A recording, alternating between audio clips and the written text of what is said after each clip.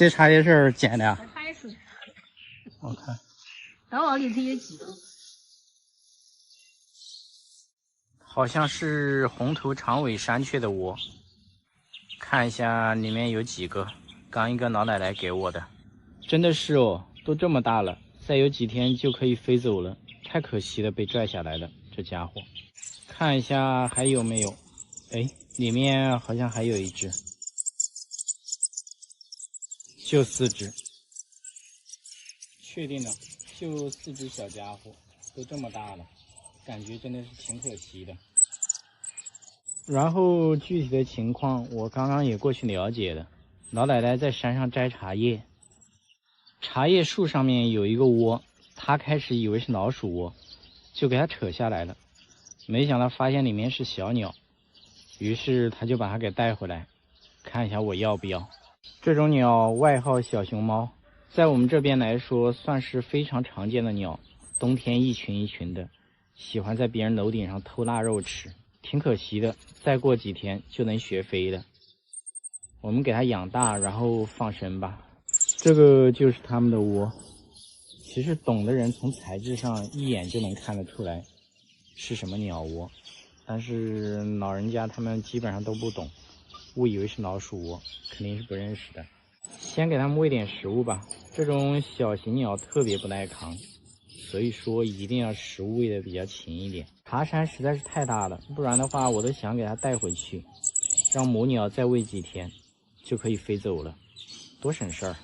不管你人工怎麼餵養，野化和營養方面都不如母鳥養得好。所以說撿到學飛的幼鳥，一般沒有特殊情況的話，切記不要帶回家。這幾個小家伙我們先養着吧。小型鳥有一個優點，它成長的速度特別快，所以說放生的周期也會比較短，它野化也是比較快的。好了，希望它們都能健康長大。這4隻小家伙來我這裡的第4天，來的時候我當時就說非常可惜，如果再給他們幾天的時間，他們就可以學飛了。哎，可惜窩被人拆了，那也沒辦法。正常情況這麼大的時候，已經開始陸陸續續的從窩裡面飛走了。不過這種鳥實在是太小了，它們繁殖的速度很快，周期特別短，但是因為它們的塊頭實在太小了，所以說在食物鏈中它們也是最底端的存在。先不說了，給它們搞點吃的，因為我剛剛也出去了一趟，2-3個小時沒有給它們餵吃的。這有個家伙餓的都開始自己在啄食了，看來是真的餓了啊！不要着急，都有份兒。其實它每一次吃的不是特別多，但是餓得比較快。我基本上半個小時到1個小時之間都會給它們餵一次食物。好像就你沒吃吧？哎，這一下都吃飽了，你再來一口，多吃點才能早點長大。吃飽之後它們會變得特別安靜，而且它們喜歡擠在一起，好像有一種安全感。再試一下，看誰沒吃飽，再餵幾口，然後等到1個小時之後再給它們餵吃的。吃飽了，現在溫度也挺舒服的，所以它們吃飽之後擠在一起就喜歡睡覺，懶洋洋的感覺。這種鳥真的是太小了，所以其實它們在自然界中正常學飛之後，像這4隻能有2隻活下去就已經很不錯了。我想了一下，應該沒有任何一種鳥是它們可以欺負的，所以說它們只有被欺負的份兒。在很多鳥的眼中，它們和蟲子沒任何區別，而且飛行能力也不是特別強，飛得還比較慢。不繁殖的時候，它們都是一大群走在一起，不是特別怕人，經常在我家樓頂偷臘肉。還有就是我現在帶它們出來我都慌了，因為它們實在太小了，有的時候稍微飛一下你不注意都不知道它飛哪裡去的。剛說完，有一隻就準備飛了，是吧？飛到別人窗戶上面去了。倒不是我不放它，是現在把它們放的必死無疑。特別是這個家伙，每次出來都到處飛，直接飛上樹了。太小了，我都沒看到它飛到哪裡去了。在這裡發現它了，看，有一個麻雀飛過來了，估計想欺負它。太小了，實在是。我剛晃了一下樹，把麻雀給嚇跑了。哼，等它下來吧。啊，等了20多分鐘啊，這小兄弟終於飛下來了，掉到地上來了。走吧，跟我回去。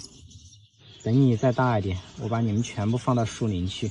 現在你們就吃好喝好，早點長大就可以了。給這幾隻小可愛搞點食物。這幾天我發現他們會自己啄食物之後，我都沒有餵過他們的，全部讓他們自己啄。這也導致他們和我越來越疏遠了。這也是一種好事，遠離人類才能活得更長久。這幾天也在讓他們適應戶外的環境，早點適應，早點放生。這種小型鳥野化起來是比較容易的，主要的問題是它太小了，出去天敌太多。不過這也是生物鏈裡面很正常的一個现象，我們不用過度操心。現在我每天会輪流帶他們4隻小家伙出來戶外活動，但是一次只放1隻，因為他們實在是太小了，稍微不注意，它可能飛一下就不知道去哪裡了。主要他們現在還沒有生存能力，所以說這個階段我們首先要保證他們的生命安全，再做其他的考慮。有一群雞現在已經盯上它了。這幾隻雞可能以為有一隻小螞蚱飛過來了，準備抓嘞。我記得我之前就和大家說過，在鳥的食物鏈裡面，塊頭越小，死得越快。所以說這幾隻小家伙，我帶他們出來放風熟悉環境的時候，我都是跟着他們的。等到差不多的時候，我就会把他們放到樹林裡面去，最多也就1個月吧。剛才它飛了幾圈，我都以為它掉到池塘裡面去。我都準備下池塘救它了，還好沒掉下去，它自己可以飛上來這個位置。哎，這不就上來了嗎？這個時候我們跟着它是要跟着它，但是不用過度保護，只保護它的生命安全。前幾天有粉絲跟我說，讓我把這幾隻養着，不要放生了，因為這家伙實在是太小了，出去之後誰都打不過。其實我們沒必要過度憂慮這個問題，因為野外這種鳥也生活得好好的，對吧？食物鏈很正常的。如果說它出去被其他的鳥吃的，那是食物鏈很正常的，那也是它的命運，我們不用過度擔心。所以我必須要把它們給放了。現在最麻煩的事情就是要一只一只的帶它們出來溜達，關鍵是只要它一飛，總有幾只雞以為發現了好吃的。特別這一只小母雞，越說越囂張，早晚把你給煲湯了，你等着。你們幾個趕緊早點獨立吧，到時候我就不用操心了，直接給你們放到山上去，再讓這個家伙自己溜達一圈，我在這裡看着，然後再換另外幾只，輪流出來玩吧，也只能這樣了，沒辦法。等他们幾個徹底會吃東西之後，我就幾天不和他們互動，不理他們，到時候他們就會很怕人。這種小型鳥繁衍的速度是特別快的，每天都要輪流帶幾隻張飛鳥出來適應環境。每次出來之後，這個嘴巴呀都沒停過，特別是單獨帶一隻出來的時候，他們對同伴有一種依賴性，找不到同伴就會一直叫。一次性我也不敢多帶幾隻出來，有的時候出來就亂飛，找都找不到。這幾個家伙都挺活躍的，一出來都喜歡從這個樹枝跳那個樹枝，邊跳邊叫。這兩天我發現他們開始有點反野了，只要是我一伸手，他們就跑了。再試一下，我慢慢的靠近他，是我們是老熟人啊，真的是一點面子都不給我，特別是吃飽的時候，非常怕人。這個畫風轉的讓我有點猝不及防。剛我跳到池塘裡面來，把它給救起來了，我的襪子都沒來得及脫。這家伙剛剛被那只該死的鴿子一翅膀拍到池塘裡面來了，還好我速度比較快，它應該是沒有嗆到水。本來我打算回家拿網過來把它撈起來的，想想時間來不及，就直接鞋子脫了跳下去的。這真的是剛剛有多可愛多呆萌，現在就有多狼狽多醜。只要是沒嗆到水，基本上啥事兒都沒有。現在溫度挺高的，曬一下就好了。這個太陽太大了，我在這裡曬着招架不住啊，把它關起來，最多曬10分鐘就可以了。真的也就10多分鐘，它的羽毛就已經干了，這速度比我想象的還要快。是不是有人都覺得這已經不是同一只鳥了？剛從死亡邊緣把它給拉回來，現在羽毛干了，我感覺它又要開始嘚瑟，又要開始飛了。剛說完它就飛上樹了，正在抖羽毛嘞，可能裡面的羽毛還有一些沒有乾。所以說这就是每次为什麼我只帶一隻出來，這鳥有點費命了，不是費它的就是費我的，風險係數很高。最近正在學吃，所以飛上樹了，有一些小蟲子啊、螞蟻啥的，它們都會啄一下。它現在正在樹上啄，差不多嘍，也要把它給帶走了。這費命的鳥，應該也餓了吧？走，帶你去找你的兄弟姐妹。這一群待在一起，嘰嘰喳喳的，更吵。給他們搞點吃的。現在已經不用把食物餵到他們嘴裡了，都會自己啄，所以說離放生又近了一步。就是這每天輪流帶他們出來是一件很頭痛的事兒啊。還好只有4隻，這種鳥比較高產，一窩7、8個很正常。掉到水裡去的那個家伙剛剛躲在後面，這一會兒也餓了，也出來吃東西了。好了，明天繼續。每天都要輪流帶幾隻張飛鳥出來適應環境。每次出來之後，這個嘴巴呀都沒停過。特別是單獨帶一隻出來的時候，它們對同伴有一種依賴性，找不到同伴就會一直叫。一次性我也不敢多帶幾隻出來，有的時候出來就亂飛，找都找不到。這幾個家伙都挺活躍的，一出來都喜歡從這個樹枝跳那個樹枝，邊跳邊叫。這2天我發現他們開始有點反野了，只要是我一伸手，他們就跑了。再試一下，我慢慢的靠近他，是我們是老熟人呢。真的是一點面子都不給我啊，特別是吃飽的時候，非常怕人。這個畫風轉的讓我有點猝不及防。剛我跳到池塘裡面來，把他給救起來了，我的襪子都沒來得及脫。這家伙剛剛被那隻該死的鴿子一翅膀拍到池塘裡面來了。還好我速度比較快，它應該是沒有嗆到水。本來我打算回家拿網過來把它撈起來的，想想時間來不及，就直接鞋子脫了跳下去的。這真的是剛剛有多可愛多呆萌，現在就有多狼狽多醜。只要是沒嗆到水，基本上啥事兒都沒有。現在溫度挺高的，曬一下就好了。這個太陽太大了，我在這裡曬着招架不住啊，把它關起來，最多曬10分鐘就可以了。真的也就10多分鐘，它的羽毛就已經乾了，這速度比我想象的還要快。是不是有人都覺得這已經不是同一只鳥了？剛從死亡邊緣把它給拉回來，現在羽毛乾了，我感覺它又要開始嘚瑟，又要開始飛了。剛說完它就飛上樹了，正在抖羽毛嘞，可能裡面的羽毛還有一些沒有乾。所以說這就是每次為什麼我只帶一隻出來，這鳥有點費命了，不是費它的就是費我的，風險係數很高。最近正在學吃，所以飛上樹了，有一些小蟲子啊、螞蟻啥的，它們都會啄一下。它現在正在樹上啄，差不多嘍，也要把它給帶走了。這費命的鳥，應該也餓了吧？走，帶你去找你的兄弟姐妹。這一群待在一起，嘰嘰喳喳的，更吵。給他們搞點吃的。現在已經不用把食物餵到他們嘴裡了，都會自己啄，所以說離放生又近了一步。就是這每天輪流帶他們出來是一件很頭痛的事兒啊。還好只有4隻，這種鳥比較高產，一窩7、8個很正常。掉到水裡去的那個家伙剛剛躲在後面，這一會兒也餓了，也出來吃東西了。好了，明天繼續。經過了一段時間的野化訓練，我發現這幾隻小熊貓鳥野性越來越強了。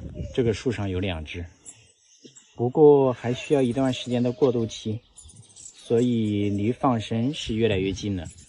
我回家去拿點面包蟲測試一下它們。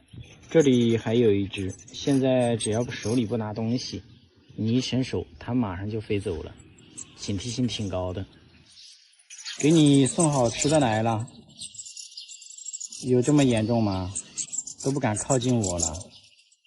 其實它們也挺想吃的，只是這種小型鳥繁衍的速度特別快，要不是我手上的東西對它們還有點吸引力，你們以為它會過來嗎？不可能這麼愛我的。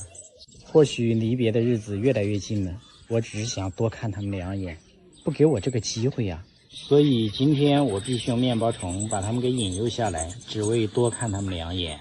即使我知道它們只是為了吃的，跟我沒有任何感情，這重要嗎？不重要，我願意做個舔狗，可以嗎？但是並沒有什麼好下場，这不，面包虫都被拐走了。不過也不重要，因為我的面包蟲多如牛毛，它帶走的不過是9牛上的一根毛尖尖，無所謂。再給他們搞一條面包蟲，看一下它現在這個狀態，特別想吃，但是又害怕。所以說，如果他們以後再也不回來，大家也不要覺得奇怪，是一個很正常的現象。終於又飛下來了一隻，在外面我也分不清他們4隻誰是誰，反正下來了就給他們搞點吃的。跑得可真快呀，一下都不願意停留。又騙了一隻過來了，這肯定又是另外一隻的，因為它們的飯量特別小，一條面包蟲一下就吃飽了。總之，最近他們的狀態是越來越好了，慢慢的就可以不用管他們了。天天帶他們幾個出來溜达，我也是操碎了心了。這一下終於要畢業了。前段時間村裡的一個老奶奶摘茶葉，不小心摘了一窩小熊貓鳥，於是就給我送過來了。這是剛拿回來，我養了4天的狀態，它們站在我手上特別乖。等它們開始學飛之後，慢慢的我一次只能帶1隻出來，因為它們實在是太小了，我擔心一次帶4隻飛出去不知道掉到哪裡去的。經過一段時間的戶外適應環境，加上野化訓練，它們的狀態越來越好了。慢慢的，灌木上的小蟲子它们都能抓得到了。它们的块头特別小，比較大的蟲子估計抓不到，像樹葉上面隱藏的小蟲子都是它們的最愛。所以它們每天出來之後也挺忙的，它們自己能找吃的之後，基本上我都沒怎麼餵過它們。這個階段它們還是挺親人的，只要看到我總想追過來問我要吃的，但是我發現它們已經有自己找食物的能力，所以基本上都不會餵它們。今天我覺得是和它們告別的日子了，就剩下3隻了，已經有2天沒有管它們了。看它們的狀態就知道特別怕我。另外一隻跟着一群小熊貓跑了，那一群裡面也有幾隻學飛的，跟它們大小差不多，應該能融入進去。這幾隻今天我決定帶到茶山附近給放生了，是不是很多人不解為什麼不放在家門口啊？因為最近有幾隻紅嘴藍鵲天天在家門口抓麻雀之類的，所以如果給它放到家門口，不出3天就沒了。茶山這附近全是灌木，小型鳥的天堂，食物也很好找，隱蔽起來也很方便。重點是這邊的紅嘴藍鵲特別少，所以說今天就把它們在這裡放生了。而且這個地方野生的小熊貓特別多，希望它們能融入進去。第一隻我還沒來得及多看一眼，它就飛上樹了，正在抓蟲子嘞。還有2隻，好了，你也可以走了。咋啦？這第3隻還捨不得我是吧？趕緊走，飛走了。這一棵大樹上我已經看到2隻了，然後它們現在自己找吃的，都沒啥問題了，所以說也不用擔心。自由自在的感覺是真好啊！看它們在大樹上飛得多開心。樹頂上還有1隻，我給它們準備的蟲子完全用不上了，根本都不理我。那就祝福它們以後會活得好好的，不要被其他的中大型鳥給吃了。我也該帶着我空空如也的籠子回去了。是不是很多人都想問以後還有沒有再相遇的機會？不會的，這裡的山面積特別大，它們又那麼小，誰知道下一次它們去哪裡了？不相遇也挺好的，祝福他們吧。前幾天朋友送了我一只異色的科爾鴨，結果回來之後每天晚上從12點叫到早上6、7點。隔壁的好幾家鄰居因為睡不着覺，都要飛奔過來打我。於是我就讓網友給我出意見，結果就有人把做鴨子的配方都給我發過來了。還有一個更過分的，讓我去城裡給隔壁的鄰居買一套房，讓他搬走。哎，你們這幫小伙子實在是太壞了。最後還是我自己解決的。今天的天氣特別的熱，正好有時間，我決定帶這只小鴨子去大山裡面游個泳。我猜它這一輩子還沒有出去游泳。走吧，我們現在出發。把這只愛叫的科爾鴨和豆芽都拿出來了。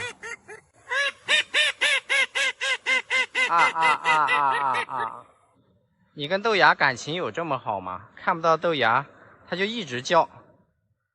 而且我估計這個鴨子長這麼大以來，今天是第一次來到戶外，還能游個泳，幸福吧？馬上把豆芽放出来。你姐姐也带出来了，不要叫了啊！看一下，我把豆芽拿走，這只科爾鴨啥反應？看一下啊，它飛不飛過來？我來了！哎呦，飛行能力不行吶！來，把豆芽放地上。它馬上就追過來了，這感情真是好。這個地方的水特別清澈，看一下，哇，而且特別涼快，這個季節過來太舒服了，好好玩吧。我把它帶到上面來了，豆芽在下面，看一下，又開始了，游過來了，好快的速度啊！看一下，這鴨子太可愛了。過來了，這只科爾鴨可能注定就是豆芽的小跟班，所以朋友把它送到了我的身邊，挺不錯的。看一下我在河裡面發現了什麼一只特別醜的小青蛙。這個地方的水太淺了，我決定把豆芽拿到上面去。我準備抓它的時候，它又翹着個屁股，我就給你按一下，看一下這個小鴨子過不過來啊？又開始叫，快上來！這個地方它上不來，特別着急，在這兒東張西望。慌不慌啊？快去吧！馬上就過去找豆芽去了。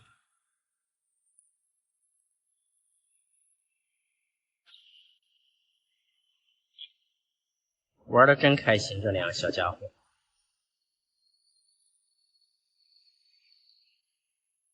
豆芽玩好了，自己鑽到箱子裡去了。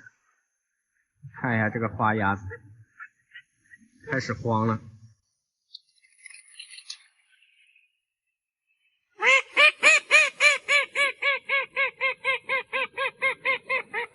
它到處攀，也沒發現豆芽，它就一直叫。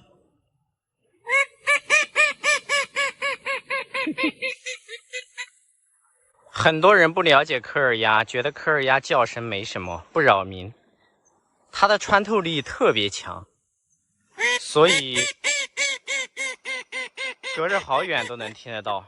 而且這種叫聲你聽久了，感覺特別煩躁，特別是當你睡着的時候。所以這就是鄰居投訴我的原因。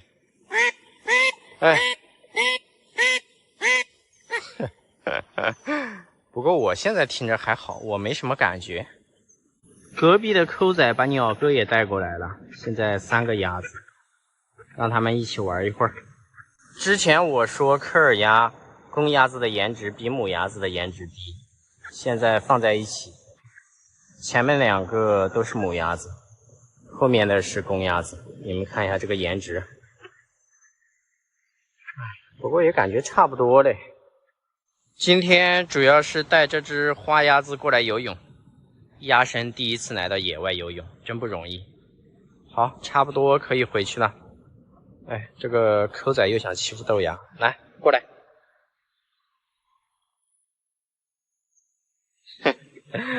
豆芽对他没兴趣。